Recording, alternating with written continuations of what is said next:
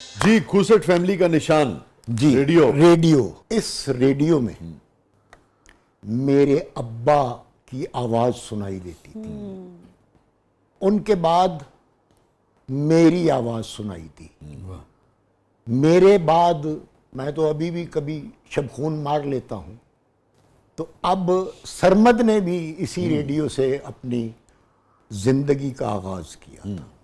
ایک اور آپ کو اچھی بات یہ بتاؤں کہ نہ صرف یہ کہ ابا کی فیملی میں سے ابا کے بعد میں، میرے بعد سرمد، میرے نانا بھی آرٹسٹ تھے اور ریڈیو آرٹسٹ تھے۔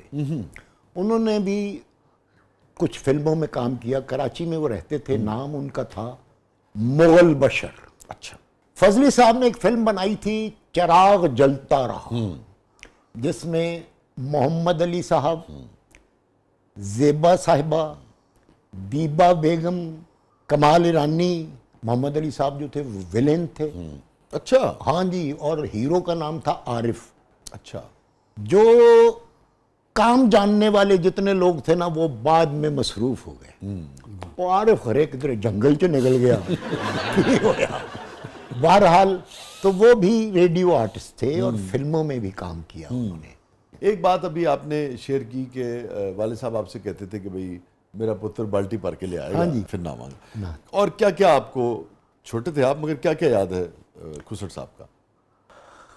ابا سے زیادہ کوئی چیز یاد نہیں ہوتی، ابا ہی تو یاد رہتا ہے، ماں ہی تو یاد رہتی ہے، کیوں کہ ماں باپ وہ آکسیجن ہے جن کے بغیر ہمارا گزارا نہیں ہو سکتا۔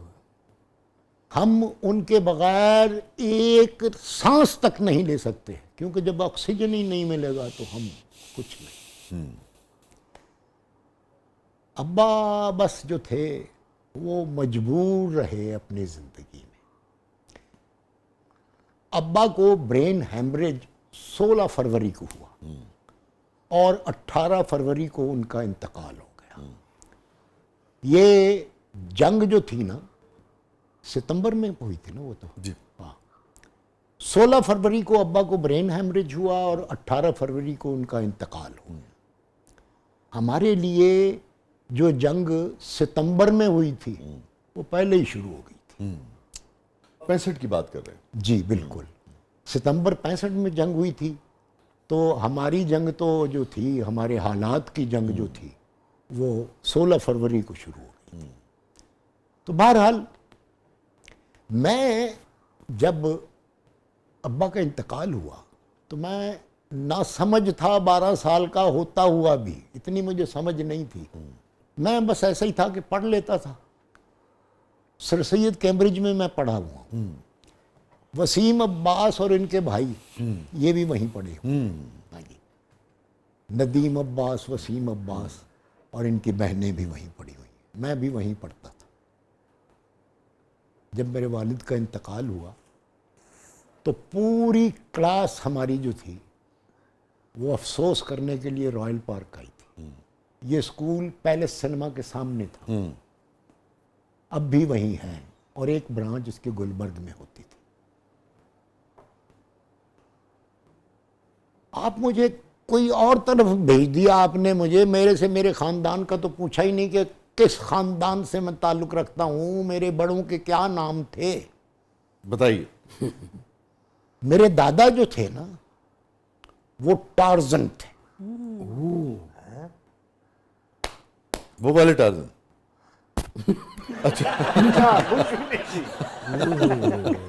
پتے باندھتے تھے، پھر تو بکرے پیچھے لگ دے ہوں گے۔ وہ نیچے زمین پر آتے ہی نہیں تھے۔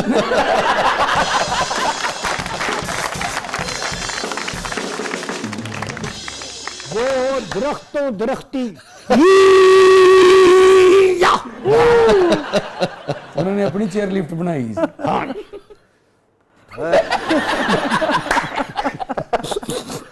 یہ بچہ زیادہ کھل نہیں رہا، بچہ کھلنا چاہیے، یہ دور ہی بچوں کا ہے۔ تو وہ دادی جو تھی وہ ہماری جو تھیں وہ تھیں یٹی،